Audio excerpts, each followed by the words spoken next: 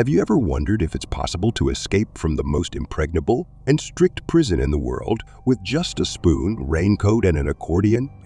On June 12, 1962, the guards at Alcatraz were conducting their routine 7 prisoners count.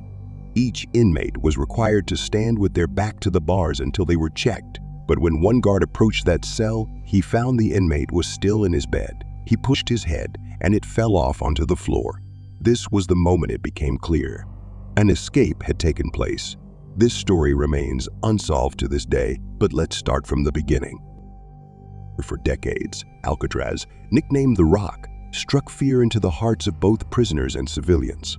Surrounded by the icy, turbulent, and shark-infested waters of San Francisco Bay, it seemed like an impenetrable fortress from which escape was utterly impossible. At least, that's what people thought. Over the years, there were 14 escape attempts, but only one was successful. Stories of escapes from Alcatraz are always filled with desperation, madness, and inevitable failure. But one time, 3 desperate men embarked on an escape that became legendary. In a dark, moldy cell filled with the smell of salt water, Alan West, imprisoned in Alcatraz for numerous previous escapes, sat leaning against the cold wall. Over his years in the prison, he had earned a decent reputation, which granted him a job, painting the ceilings in the building where his cell was located. This played a crucial role in the escape, but more on that later. While working, he noticed a ventilation shaft in the ceiling that led to the roof. This observation sparked a plan that would soon be set into motion. He knew that escaping alone was impossible, so his task was to find the right people to help him execute the plan. The best candidate was undoubtedly Frank Morris. At 30 years old, he had already escaped from various prisons 11 times. His IQ was measured at 133, a phenomenal level of intelligence that he used to his advantage. The other participants in the escape were John and Clarence Anglin, brothers and thieves who were also notorious for their numerous prison escapes, which is why they were transferred to Alcatraz. Initially, their cells were located in different parts of the prison, but due to good behavior and their work contribution, their cells were eventually placed next to each other. It's important to mention that the cells in Alcatraz were solitary, safe, and efficient for everyone. You might wonder how in the most strict and terrifying prison, the Rock, the inmates were sometimes allowed more privileges than in schools or universities. They were even fed better, to be honest. The reputation of this prison was 10 times scarier than the reality of its conditions. As you might have guessed, a good behavior could earn you a job, and the food wasn't just scraps. There was also a hobby time, from 5:30 to 7 p.m., when thieves could listen to the radio or play musical instruments. For instance, here's Al Capone playing the banjo. They also had access to hot showers. Yes, only hot water was allowed, so the inmates wouldn't get used to the cold water surrounding the island. In case of an escape attempt trying to swim away, they would die from hypothermia. Interesting conditions, right? Of course, these miraculous conditions weren't always the case. During the peak of harshness in the 1930s, talking could result in complete isolation. Al Capone was among the inmates during those times. So, the plan began forming months earlier. It all started with a simple spoon stolen from the mess hall. The prisoners sharpened its end to dig out the ventilation shafts, which were not very sturdy.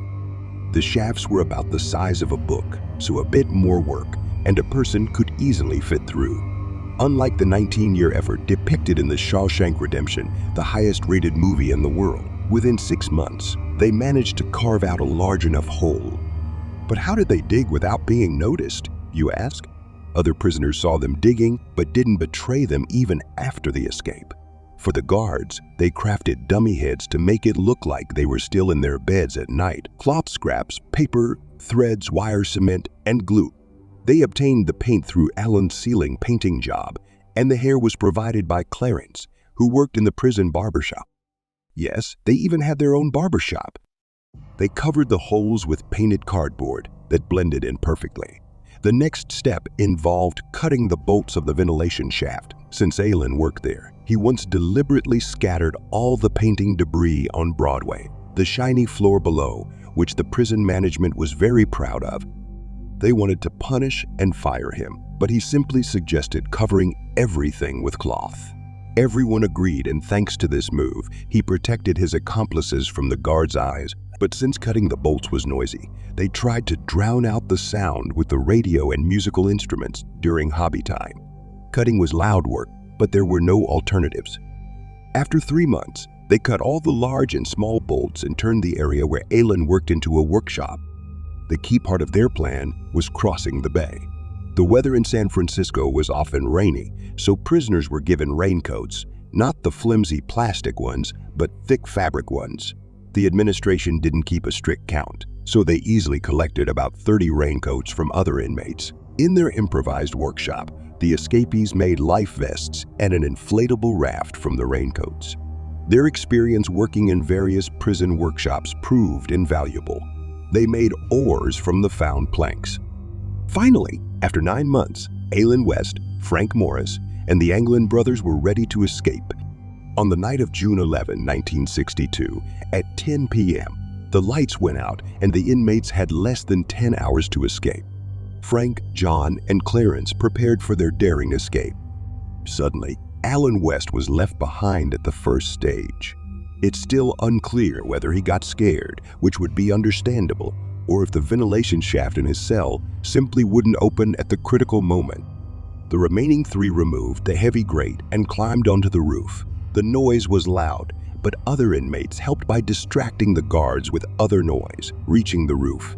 They sighed with relief that they hadn't been caught, but there was still much ahead. They climbed down the wall using tied sheets. They carefully climbed over the barbed wire. Below them was the icy water, but there was no turning back. Frank carried an accordion, and they used it to inflate their vests and raft. They got onto their makeshift raft and started paddling, hoping the current wouldn't drag them off course. Behind them lay the most impregnable prison in America. What happened to the escapees afterward? No one knows for sure.